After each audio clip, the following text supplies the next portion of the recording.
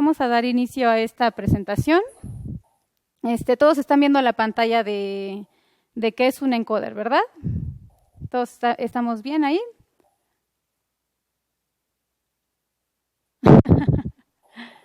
Gracias, muy bien.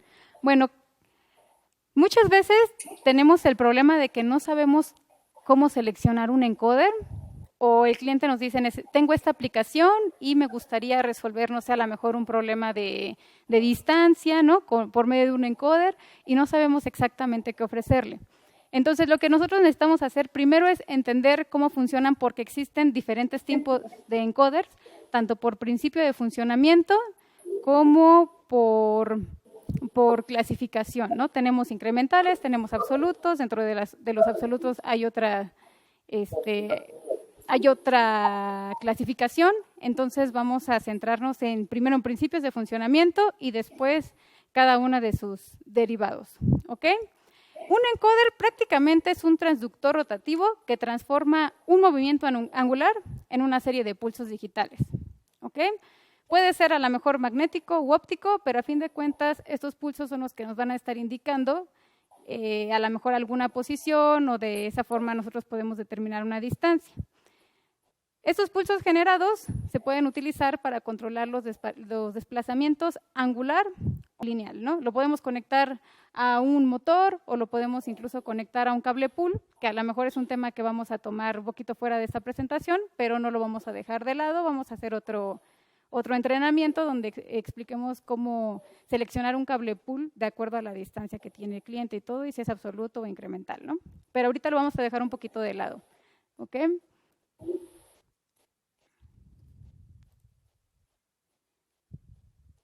Tenemos varias aplicaciones. La más común es para el posicionamiento de elevadores, ¿ok? Pero tenemos también encoders dentro del ramo que son de seguridad, por ejemplo en la cortadora de tubo, que es la tercera imagen, que se puede ver que el encoder es amarillo. Los productos que están en amarillo con carcasa amarilla en Pepper Fuchs son de seguridad. No me voy a meter en detalles, pero hay otras marcas que su logotipo es con amarillo y la mayoría de las carcasas de sus dispositivos son amarillas, pero no significa que sean de seguridad, ¿no? En nuestro caso, nuestro logotipo es verde, entonces los dispositivos que estén en amarillo van a hacer referencia a dispositivos de seguridad, ¿ok? Tenemos llenadora de botellas, va pasando las botellas en una banda y se van a ir llenando de acuerdo al posicionamiento de cada una, ¿no? Tiene como un tipo manguera o dispositivo que las va a ir llenando y tiene que bajar exactamente para entrar a la bombilla de la botella. Este es un ejemplo de un encoder óptico. Vamos a ver prácticamente cómo funciona. Es un arreglo de sensores fotoeléctricos de barrera interno, ¿no? Tenemos una serie de LEDs que nos van a estar ayudando a determinar si tenemos un pulso o no lo tenemos. Ok, regresamos al principio de funcionamiento. Entonces, los encoders ópticos van a trabajar por medio de barreras fotoeléctricas, ¿ok?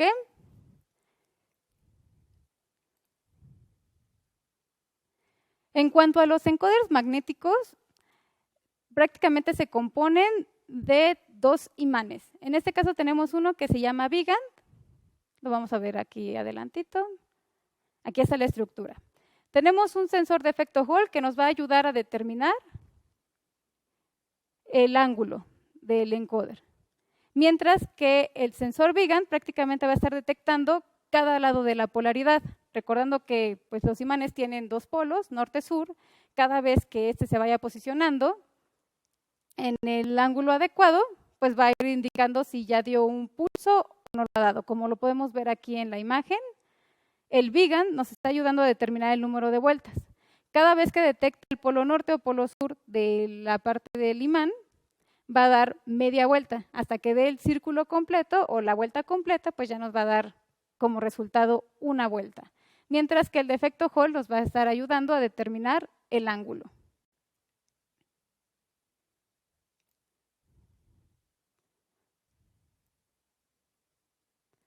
Ahora, si ustedes se preguntan, ¿qué necesito yo pedirle al cliente para saber qué tipo de encoder vamos a utilizar?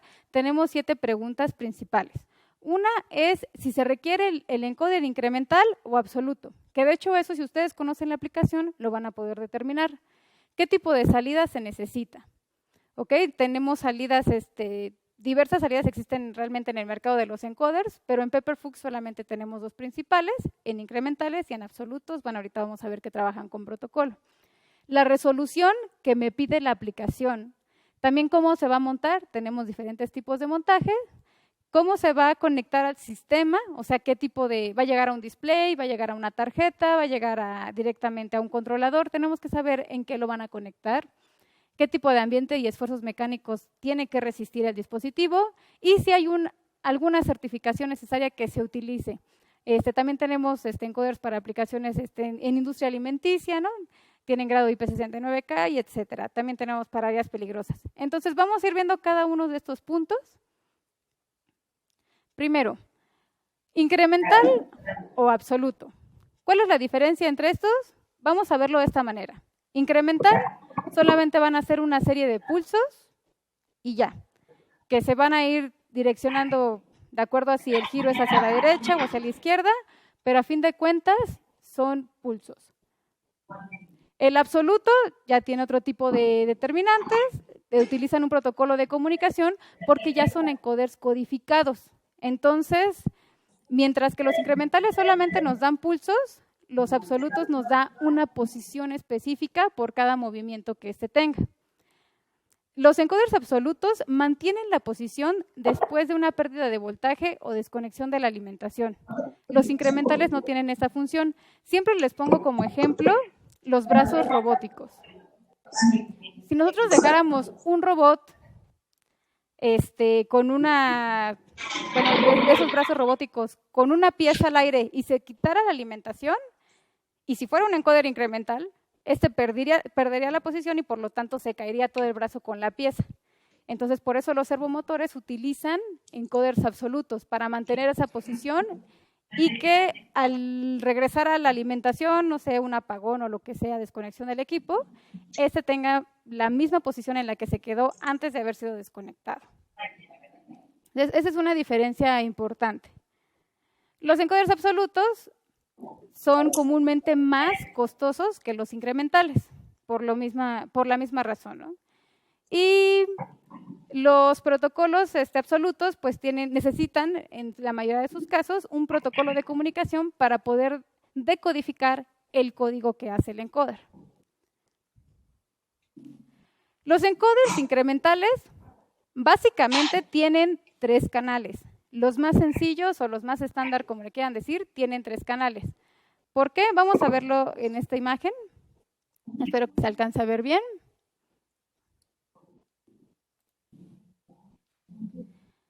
Ahí tenemos una salida A, una salida B y comúnmente la tercera salida es Z. ¿Qué significa esto? En la posición A van a marcar los pulsos hacia el sentido de la derecha, mientras que la salida B tiene un desfasamiento de 90 grados, como se puede ver aquí, y va a hacer el giro, va a ayudar a determinar el giro que haga hacia la izquierda. De esa forma podemos saber si el motor o lo que nosotros tengamos conectado al encoder está girando hacia una dirección o la otra. Y ustedes dicen, bueno, entonces, ¿para qué me sirve la salida Z? La salida Z nos va a ayudar a saber la cantidad de vueltas. Solamente va a ser un orificio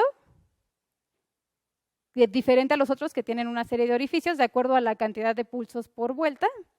Pero el posicionamiento Z o 0, también lo podemos encontrar así, nos va a indicar el número de vueltas. Solamente va a ser un orificio, entonces nada más va a dar un pulso cada vez que el encoder genere una rotación.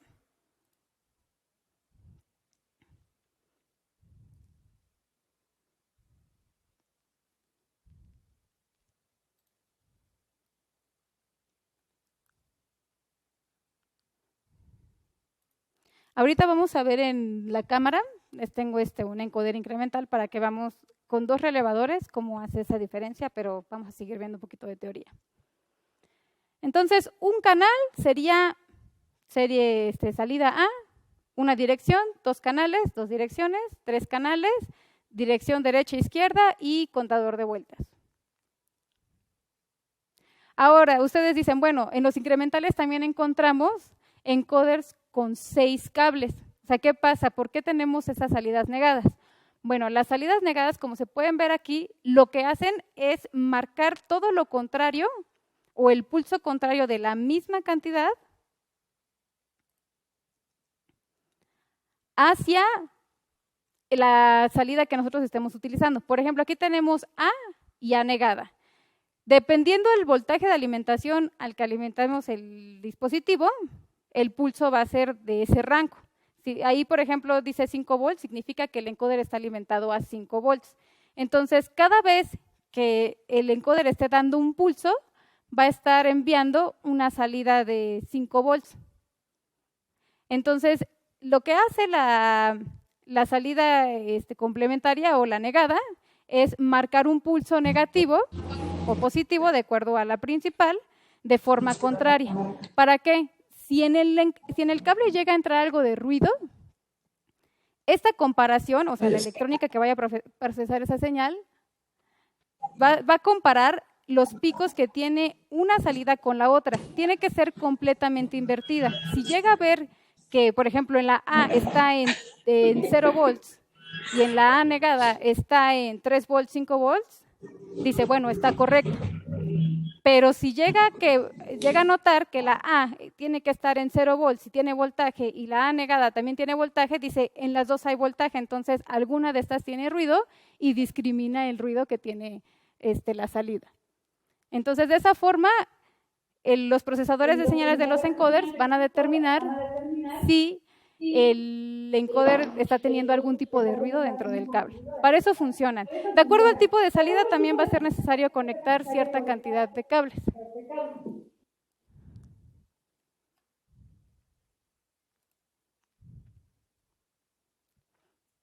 Ahora, en cuanto a los absolutos, tenemos dos tipos principales.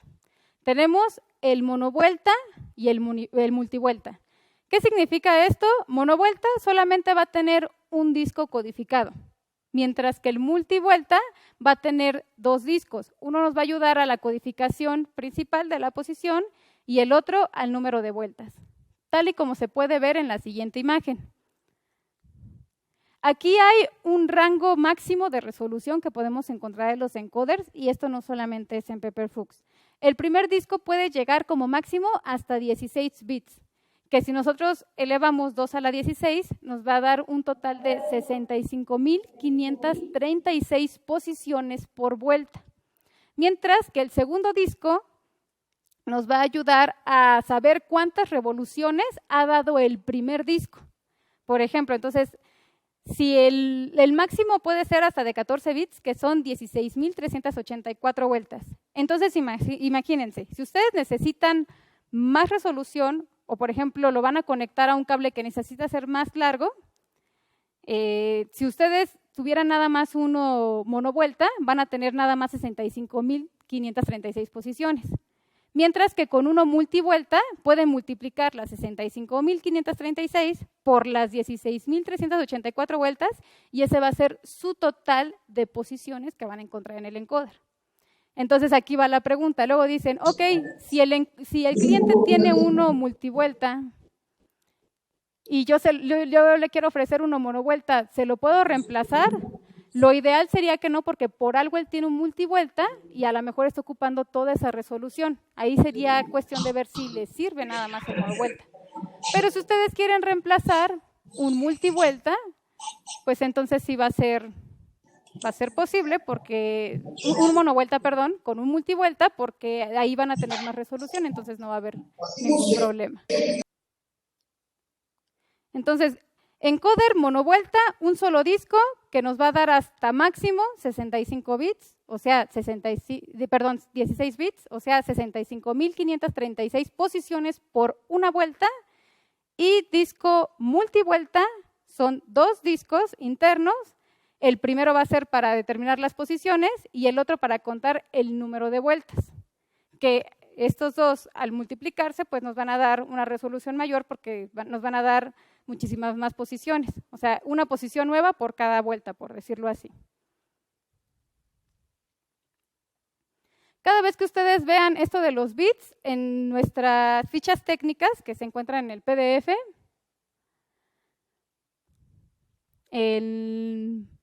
ustedes van a ver la resolución de los encoders. Esto puede ser en incremental o en absoluto, pero en este caso estamos hablando de absolutos, entonces nos puede dar la información en bits.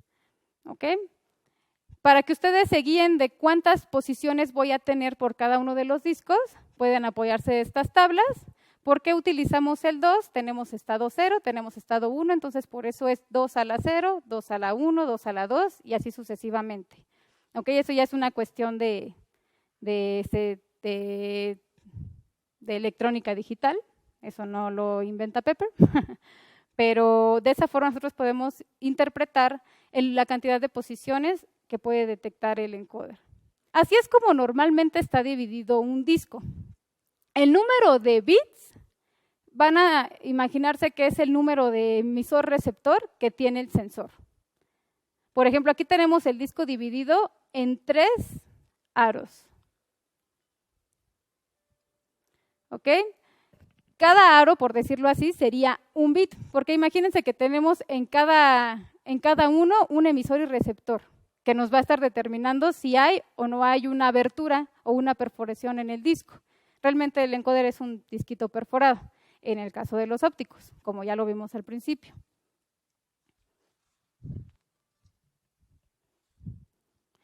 Entonces, estamos de acuerdo que el número de bits van a ser la cantidad de emisores y receptores que vamos a tener en el disco.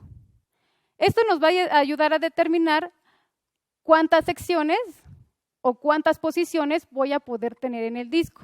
O sea, 2 elevado a la 3 bits es igual a 8 secciones.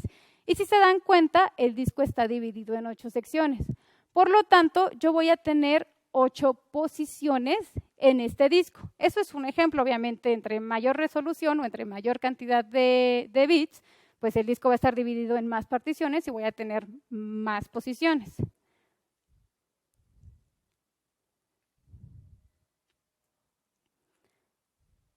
Si nosotros quisiéramos saber la resolución o cuánto tiene de diferencia entre un paso y el otro, por decirlo así, dividimos los 360 grados entre las 8 secciones y cada una, bueno, en este caso el resultado es 45 grados, cada código va a estar dividido en 45 grados, esa es la diferencia de cada uno. Aquí tenemos entonces, vamos a ver más o menos cómo está la codificación. Esto de bits, tenemos la sección 1, tenemos 000, porque no está perforado el disco, no está pasando ningún haz de luz, por decirlo así, entre el emisor y el receptor. ¿Ok? Tenemos 000. En la segunda sección tenemos 001, ahí el espacio negro está simulando una perforación. Después tenemos en la sección 3010 y así sucesivamente, ¿no? Hasta completar todo el disco. A este código se le conoce como código binario. Eso de los bits de MSB significa el más significativo y LSB significa el menos significativo. Eso nada más se refiere a cómo voy a interpretar la posición de los bits en el disco. En este caso, el que está más cerca al eje sería el más significativo y el que esté más lejos del eje sería el menos significativo. De esa forma estamos determinando la codificación.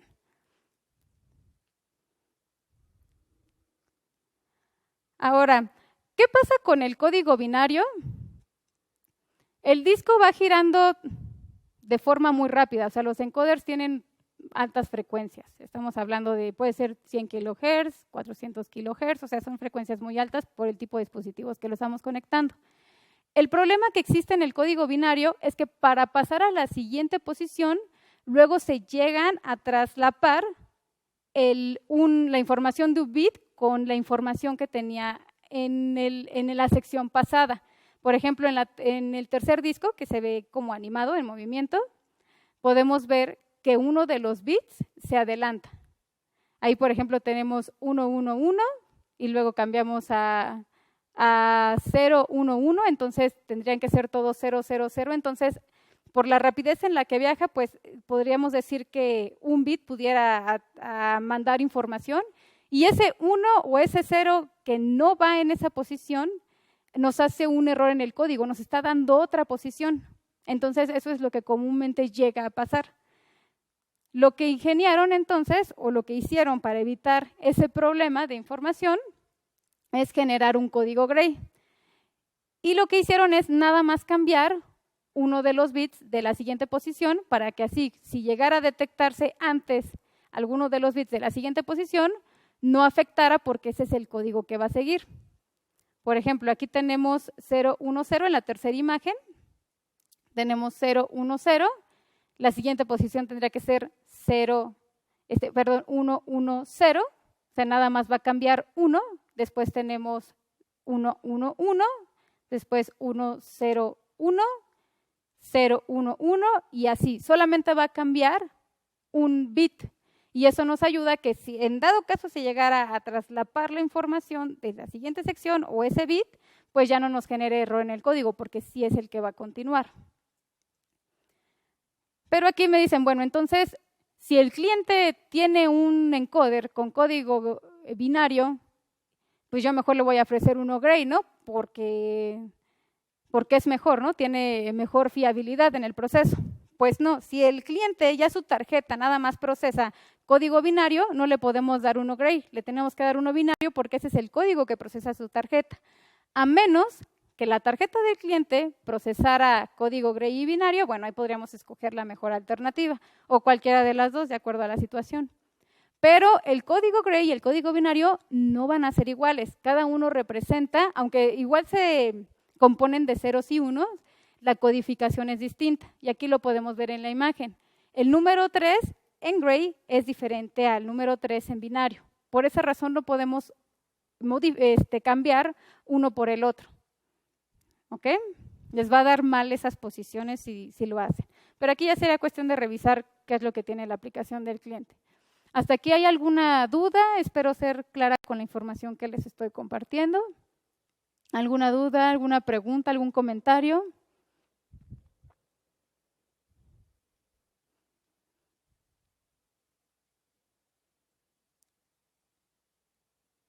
Creo que no. Ok. Ahora, ¿qué tipo de salida necesita? Esto depende mucho. Ya vimos que tenemos incrementales y que tenemos absolutos. Primero hay que definir si es incremental o es absoluto lo que necesita el cliente. Si el cliente nada más quiere conectar un encoder y visualizar en un display los pulsos, yo le recomendaría encoder incremental con salida push-pull. ¿Por qué? En los encoders incrementales tenemos diferentes tipos de salidas.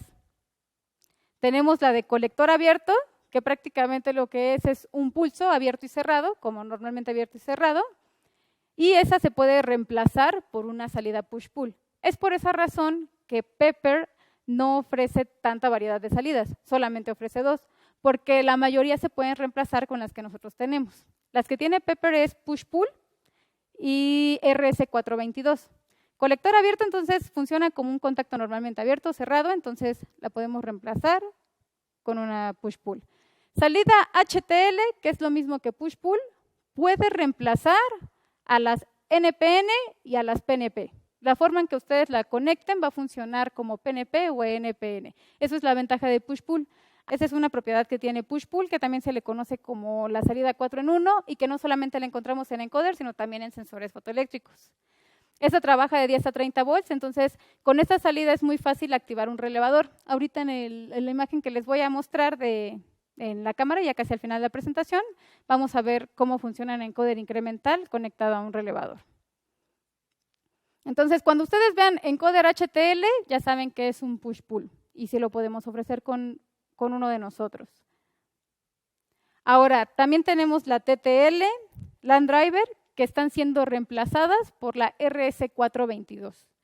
Prácticamente las Line Driver y las TTL nada más ocupaban el cable A, B y Z o 0, mientras que la RS422 ya procesa las variantes de ruido, que son las salidas negadas. Entonces, podemos utilizar RS422 sin problemas para reemplazar a los otros tipos de salida, Line Driver y TTL. ¿Ok? De hecho, algunas marcas lo manejan como si fuera lo mismo, ¿no? Salida seno-coseno, esta sí es una salida específica que sinceramente casi no me la piden, pero sí existen varias aplicaciones. y se utilizan más en retroalimentación de motores, como velocidad, dirección y posicionamiento. Esta no es una señal cuadrada, entonces no se puede reemplazar por un push-pull o por una RC422. Esa sí o sí tiene que ser salida seno-coseno y sus valores de voltaje son muy pequeños. Estamos hablando de que entre pico, cresta y valle tenemos un valor pico a pico de voltaje, ¿no? 1 volt.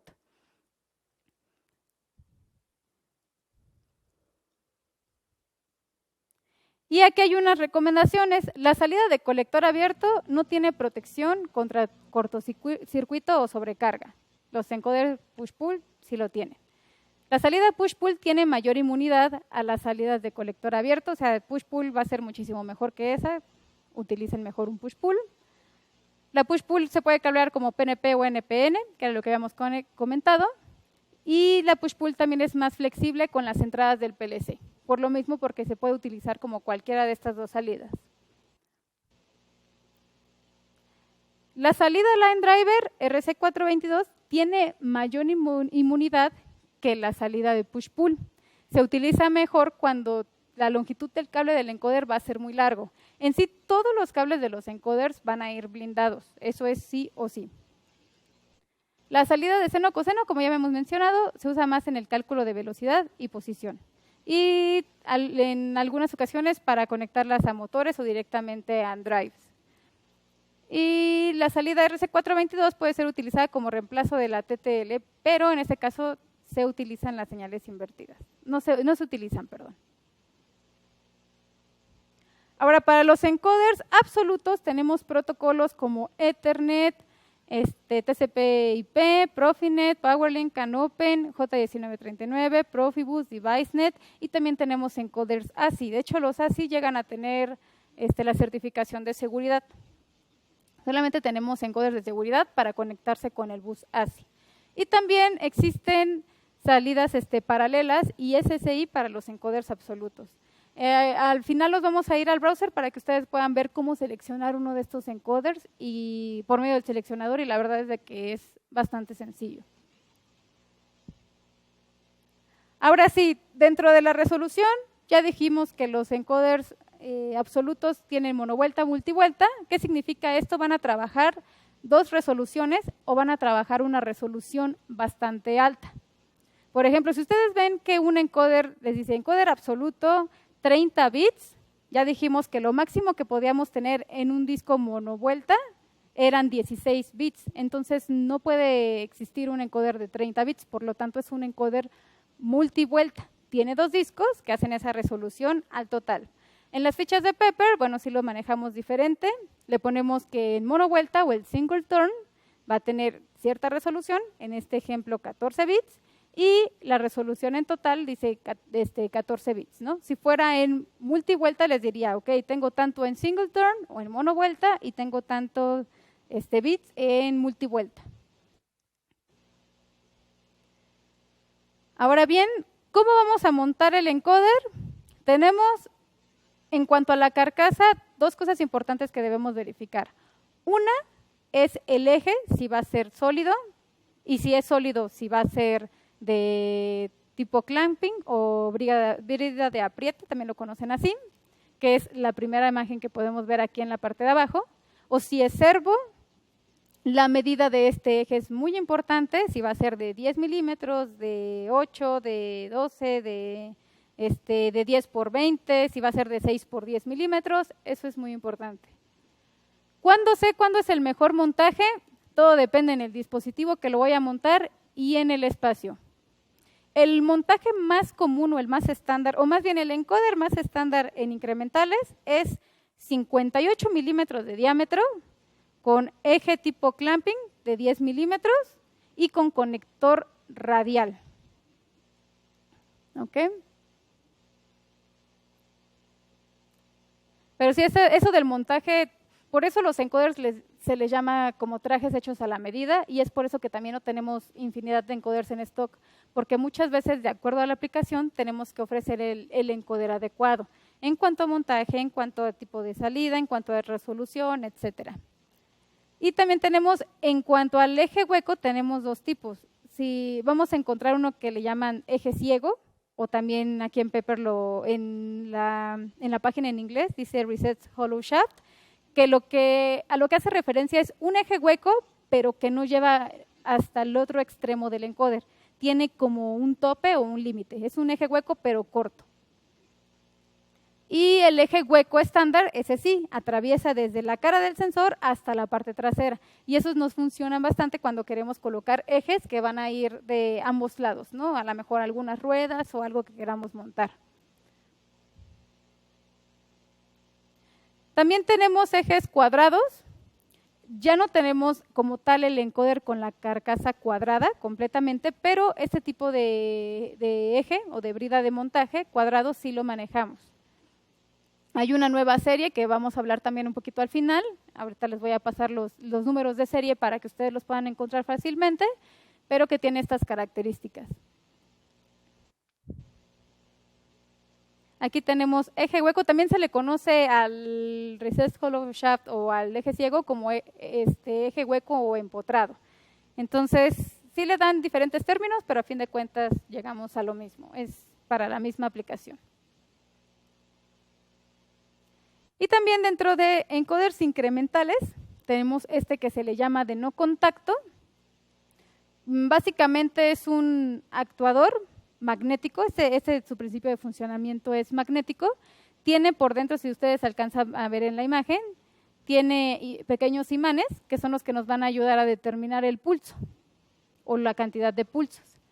Es muy importante considerar la relación entre actuador y el encoder, y estos se venden en un solo paquete. Si ustedes piden un encoder de este tipo, ya viene directamente con el actuador. La ventaja de estos encoders es de que a diferencia de los que tienen el eje o los convencionales, soportan mayor vibración porque tiene el actuador magnético por separado, o sea, funciona como un tipo de sensor. Tiene mayor temperatura, de 25 a 100 grados centígrados, es para aplicaciones más robustas, aplicaciones donde hay mucha suciedad, donde hay aceite, y el grado de protección es IP69K. Entonces, el actuador es el que va a ir montado al eje, digamos, del motor o al eje rotativo, y el sensor, es el que va a ir montado al lado del actuador, aproximadamente 1 o 2 milímetros, no va a rozar, nada más es una pequeña distancia para que detecte cada uno de los polos, y de esa forma va a hacer la detección. El actuador gira mientras que el sensor se queda montado fijo.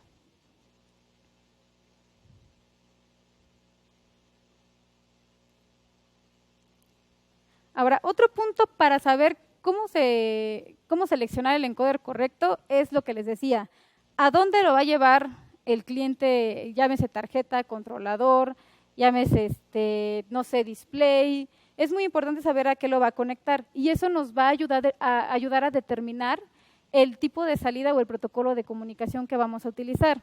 Si su cliente quiere conectar directamente un encoder, digamos, a un PLC de Siemens, que comúnmente trabaja con Profibus y Profinet, pues el protocolo de comunicación que debe de tener el encoder es ese, el mismo que hable el controlador. El protocolo prácticamente es un lenguaje de comunicación entre controlador y dispositivo. Entonces, ¿qué idioma va a hablar, ¿no? El encoder? O cómo se va a comunicar con la tarjeta. Si nada más son pulsos, ya les dije, el push-pull es lo ideal. Si les dice, bueno, es que yo quiero pulsos, pero hasta 5 volts, porque mi tarjeta solamente procesa señales tipo serial, RC422, entonces ofrezcan el tipo serial. Ese ya es con tarjeta, esos no se conectan al relevador porque ese voltaje no alcanza a activar a algún contacto o no se procesa de la misma forma que el push-pull. ¿Okay? También es muy importante saber, muchas veces me han llegado aplicaciones donde es que el encoder me manda información incorrecta, codificación incorrecta o pulsos falsos, y lo que pasa es de que tienen conectado el encoder cerca de cables que son de alta potencia o en este caso de corriente alterna, donde alimentan el mismo motor. Entonces, si se une ese cable con el otro, pues lo que va a pasar es de que se combinen las señales de ruido y por lo tanto vamos a estar teniendo problemas en el encoder, se les va a estar metiendo ruido. Entonces es muy importante cómo deben de montar el encoder, sus cables y también con los dispositivos de carga. Eso es un error muy común. Como les decía, todos los encoders tienen el cable blindado o enmallado, también se le conoce así. Y si van a pasar de la misma forma las charolas del cable del encoder y las de los cables de potencia, lo ideal es de que sean, bueno, siempre se deben de aterrizar y también debe de cruzar de forma perpendicular. Entonces, de esa forma vamos a evadir un poco esa carga de ruido que se pudiera llegar a presentar. Ahora también me ha pasado que están montando el encoder, pero tiene demasiada vibración en sistema. Hay que ver, en la misma ficha técnica del encoder les dice la fuerza que soporta tanto de forma axial como radial. No es lo mismo que montemos un encoder de forma axial que de forma radial. O sea, que pongamos un eje, a lo mejor el motor va encima del encoder y obviamente va a tener más fuerza o más esfuerzo mecánico de forma axial o a que de forma radial, que va a ir directamente cara a cara el sensor con el motor y el motor va a ir, toda la fuerza va a ir hacia el suelo, ¿no? Entonces, no es lo mismo, no está bien montar un eje de un encoder que esté tambaleando, ese es un error muy crítico, va a dañar los barrenos los valeros del eje del encoder y también pues va a hacer una mal detección. Entonces, ese tipo de montajes no nos ayudan y sí es muy importante verificar que esté completamente alineado de forma que no haya ningún tipo de vibración o algún tipo de efecto leva, ¿no? Que se pudiera llegar a presentar, o choques o golpes. De la misma forma, y en esto sí hay que ser muy claros, el grado de protección del encoder. La mayoría de los encoders trabajan con un grado de protección IP54, pero cuando hay aplicaciones con humedad, vapores, incluso industria alimenticia, demasiado polvo, necesitamos ya ejes sellados. Entonces hay que verificar el grado de protección que se necesita en el sistema o en la planta o en la aplicación para que nosotros les demos la solución completa al cliente. Tenemos desde IP54, tenemos 65, tenemos 67, tenemos 69K. Sí tenemos ahí variedad. 69K lo que va a hacer es soportar lavado a presión en cualquier dirección. Y ese grado pues comúnmente lo tienen más en la industria alimenticia, porque lavan los dispositivos. Pero aquí, bueno, colocamos una tablita de Ingress Protection, que es a lo que se refiere el grado IP, y cada uno de sus dígitos, ¿qué significa? ¿No? Entrada de sólidos, el primer dígito, y entrada de líquidos, el segundo dígito, en cuanto al número. Y si lo requiero para áreas peligrosas, sí o sí, siempre que el cliente les diga necesito alguna certificación, tenemos ATEX, ISE, FM, UL, dependiendo si es norma americana o norma europea. Eso también es otro tema que no lo vamos a profundizar demasiado, pero sí tenemos encoders para áreas peligrosas. Ahora, muchas veces dicen, es que yo cuando busco la ficha técnica en la página de Pepper, nunca me aparece la del encoder. Lo que necesitan colocar únicamente es el número de serie. Como nosotros podemos configurar el encoder de diferentes formas, pues no vamos a encontrar una ficha técnica específica para el modelo, sino más bien para la serie. Y en la ficha de PDF, como pueden ver aquí en la imagen, siempre váyanse a esta de descargar PDF, ustedes pueden elegir el idioma que quieran. Hasta abajo va a venir este tipo de forma de ordenar al dispositivo. Y les dice qué es el número de serie, qué significa cada uno de los dígitos o divisiones para que ustedes lo puedan armar. A lo mejor si ustedes lo buscan en el NetPartner o en su sistema con el número de parte que armen, a lo mejor no lo encuentran y eso es porque o el número de parte que ustedes crearon no está en sistema o no está en stock también. Entonces, ahí sí yo les recomendaría que si hacen un número de parte, me lo compartan para que yo les diga si existe. Pero cuando me lo compartan, sí háganme saber cuáles son las características más importantes, porque luego digo, bueno, no está exactamente el que me pides, pero tengo uno similar que a lo mejor nada más cambia el tipo de conector o el diámetro del eje. Entonces, si me dicen, necesito pero que sí o sí tenga este tamaño de eje, que sí o sí tenga esta resolución, que sí o sí tenga, que trabaje con binario, que trabaje con gray, eso es muy importante para nosotros, para que yo les diga, ok, tengo estas alternativas, ¿no?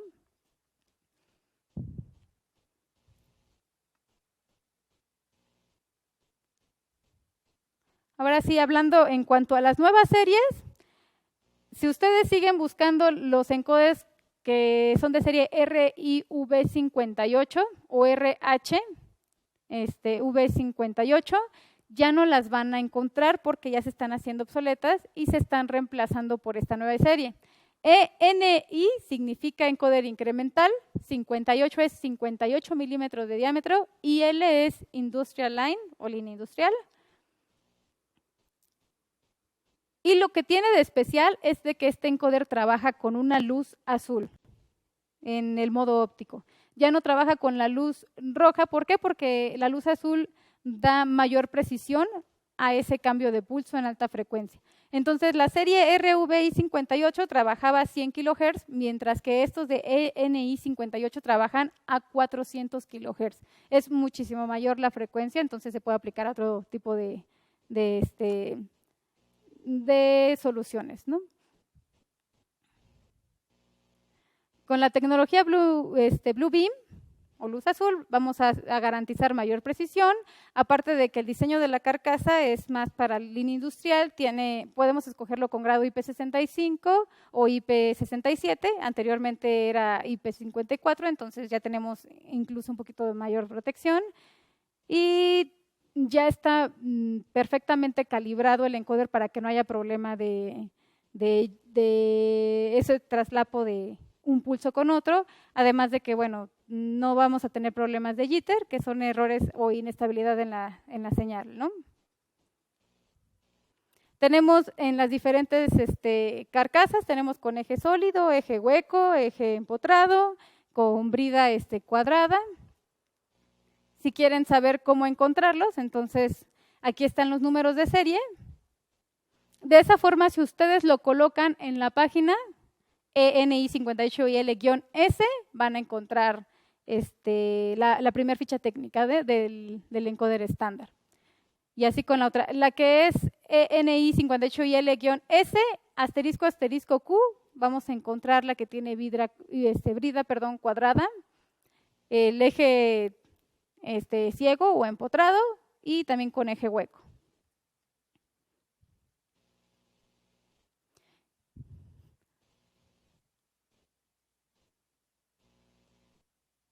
Me preguntan, ¿puedes cambiar o tienes productos de reemplazo de algún protocolo a Ethernet? No entendí bien la pregunta, o sea, ¿cómo voy a reemplazarlo? ¿O nuevos productos que trabajen con Ethernet?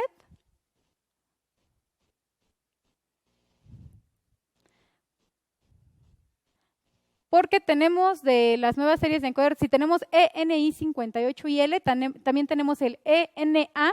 Esa diferencia entre I y A va a definir si es incremental o si es absoluto, y también tenemos encoders absolutos con estas nuevas series, pero trabajan con principio de funcionamiento magnético. Ahora si quieren se los enseño en la página. Y estos de ENI58PL, eso de PL va a ser referencia a que es un encoder programable y se conecta con las interfaces IO-Link para que nosotros podamos definir la resolución. Tenemos de 1 a 16.384 pulsos por revolución. Es un encoder incremental, pero no es 100% IO-Link. O sea, nos apoyamos de las interfaces IO-Link para poder configurarlo. Solamente es compatible con el Master USB o con el SmartBridge. No podemos conectarlo al módulo de IO-Link, al de 8 entradas, 8 salidas. Pero sí se puede configurar de esta manera, ¿no? ¿Para qué? Para hacer más fácil. Luego no encontramos en esto que el encoder que queremos, luego queremos unas resoluciones muy poco estándar, como 24, 30 pulsos por revolución, entonces podemos recurrir a este tipo de dispositivos. Y tenemos dos series, tenemos con eje hueco ciego y también tenemos con eje sólido. No tenemos con eje hueco completo hasta el momento. Entonces, este encoder programable no tiene logo de IO-Link, no tiene IO-DD, no es como tal un dispositivo IO-Link, solamente se apoya de la interfaz para ser programable.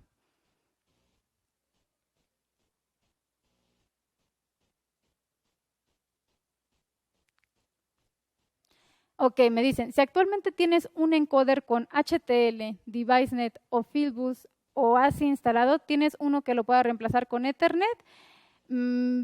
Si el encoder habla ASI, no le puedes decir, ok, ahora ya no quiero que hables ASI, pero conéctate a la red ASI, pero vas a hacer Ethernet. O sea, tienes que respetar el protocolo de comunicación para comunicarte con el controlador o con el bus al que lo vas a llevar.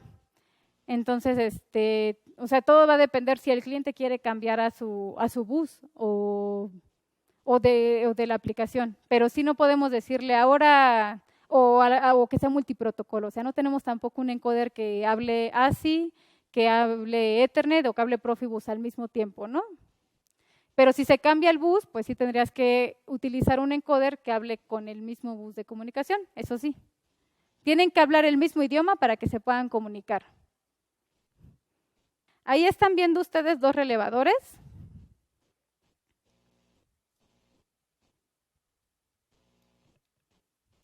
Ok, aquí tengo un encoder conectado, a ver si se alcanza a ver.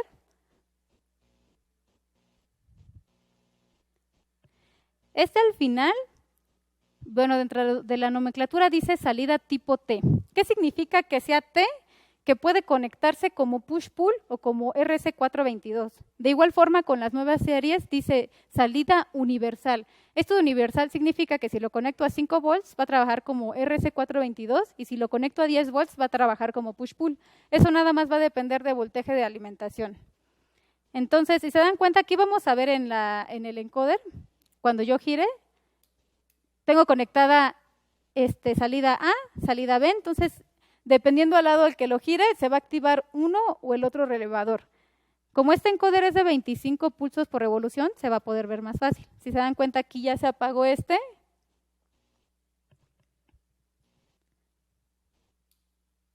vuelve a prender, se apaga el otro, se va a trabajar uno y uno a la vez, no al mismo tiempo, porque de esa forma podemos observar el desfase de 90 grados que tiene la salida A respecto a la salida B. Yo lo estoy conectando como push-pull, entonces va a ser capaz de activar el relevador. A ver si se alcanza a escuchar. Uno y uno.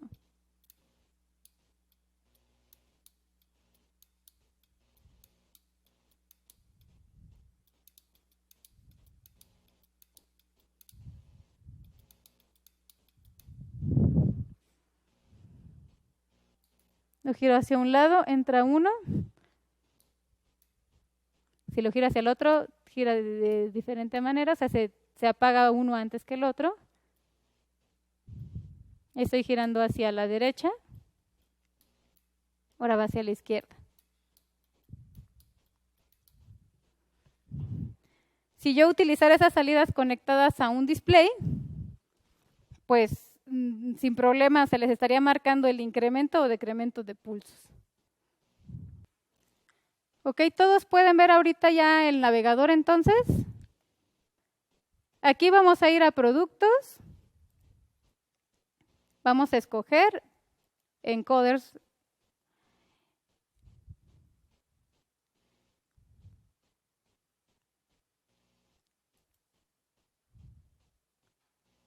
Aquí está. Y aquí en esta parte directamente vamos a ver si lo vamos a seleccionar incremental o lo vamos a seleccionar absoluto. Vamos a suponer que vamos a ver un encoder absoluto. Cuando le dan absoluto dice, ¿va a ser monovuelta o multivuelta?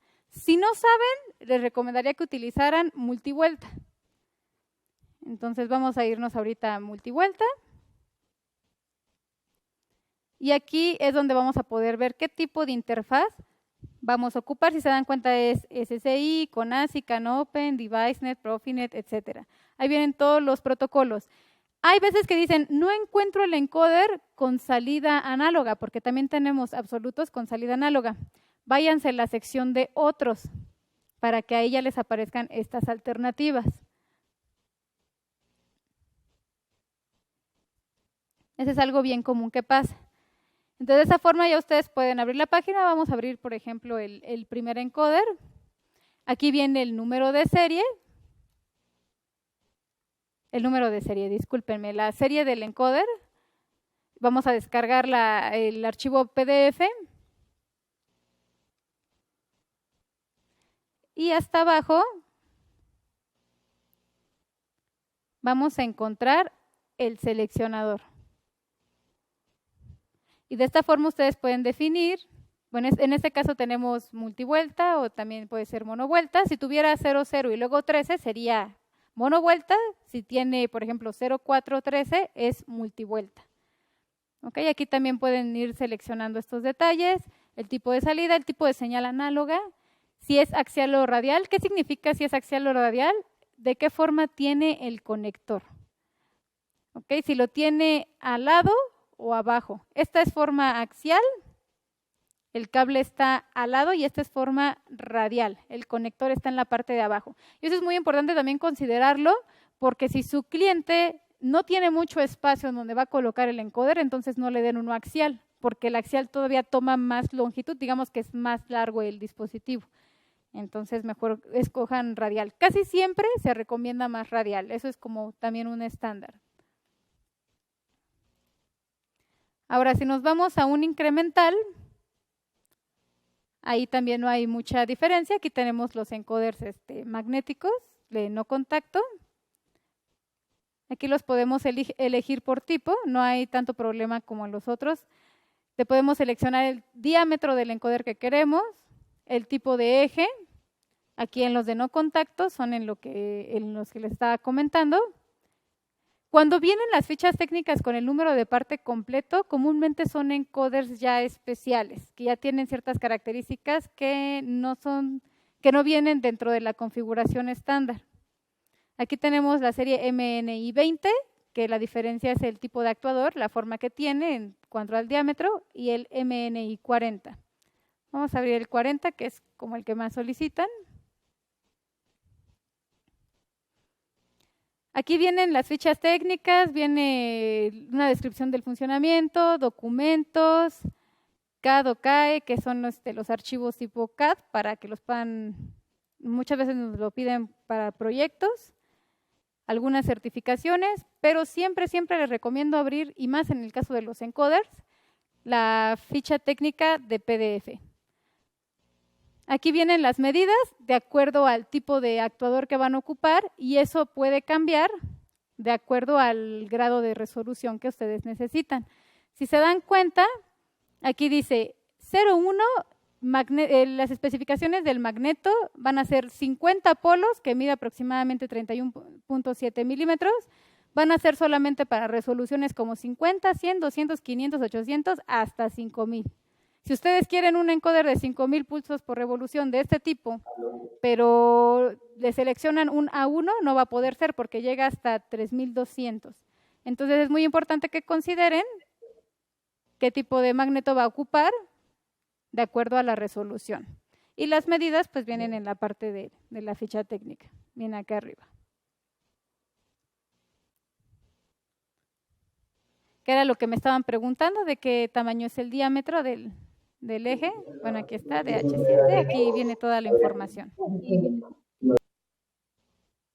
Hay algunos encoders que cuando vienen comúnmente dicen K1 o C1 o C5, K2, K0, C2. Comúnmente esa nomenclatura hace referencia a que el encoder viene con algún tipo de cable. Si es 1, longitud de 1 metro, si es 2, longitud de 2 metros, si es 5, 5 metros, etcétera.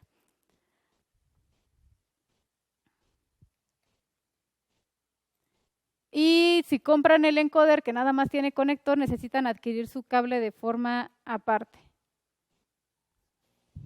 Si no saben qué cable lleva el encoder o si no se encuentra en sistema, me pueden decir a mí para que les dé el número de parte. ¿Ok? ¿Alguna otra duda? Hola, Jessica, una... Sí, dime. ¿Qué pasa, Alex? ¿Qué tal? Jessica, una consulta respecto a los encoders monovuelta. Si se tiene instalado, ¿se puede reemplazar por un multivuelta? Sí, o sea, como tiene mayor resolución y a fin de cuentas tú no vas a ocupar la información del multivuelta, si vas a reemplazar un monovuelta sí le puedes ofrecer un multivuelta, pero no al revés. O sea, si tienen un multivuelta y tú nada más les das un monovuelta, les vas a cortar resolución. Claro. Si esa información de multivuelta no la van a ocupar a fin de cuentas, va a estar un poquito sobrado. Tendría que ser similar. Ajá, Claro. Y el cableado sería la conexión similar a la que ya tenía, ¿correcto? No hay que sí, hacer. sí, de hecho, como ya esa es codificación, va a llegar un momento en el que por medio de la tarjeta o controlador te va a dar el dato multivuelta, pero ya tú decides si lo utilizas o no. Ujú. Ok. Entonces, como que más completo, pero solo voy a usar los datos del pin binario, los pulsos, Del, para del, poder, sí, ajá, del claro, monovuelta. o sea, claro, Sí, correcto. Lo que tenía el monovueltas, si en caso se cambia a un multivueltas, solo se hace la conexión conforme a lo que indica la ficha técnica y ahí va a poder dar la misma información, solo que tiene más codificación que no lo voy a usar. exactamente. Nada más ahí toma en cuenta esto. Si vas a reemplazar el monovuelta con el multivuelta, toma en cuenta que el multivuelta debe de tener la misma resolución en el disco monovuelta que en el otro. Porque sí, a lo mejor vas a tener mayor cantidad de vueltas, pero ya tendrías que hacer un arreglo para cumplir la misma resolución del primero si tuviera menos. Si tienes más, bueno, también ahí ya sería cuestión de revisar si te sirve con mayor resolución. Pero si tiene menos en el No. disco monovuelta y en el multivuelta, pues tienes otra resolución, ahí sí tienes que Ujú. ver si te conviene implementarlo o qué tendrías que ajustar para poder hacer el equivalente con el otro sensor que tenías. Entonces, de preferencia, para que sea más sencillo, sí, reemplázalo por un multivuelta, pero que tenga la misma resolución en el disco monovuelta. Ok. Bien, gracias. ¿No de qué? ¿Alguna otra duda? ¿Ok? Bueno, entonces por el momento, por nuestra parte sería todo.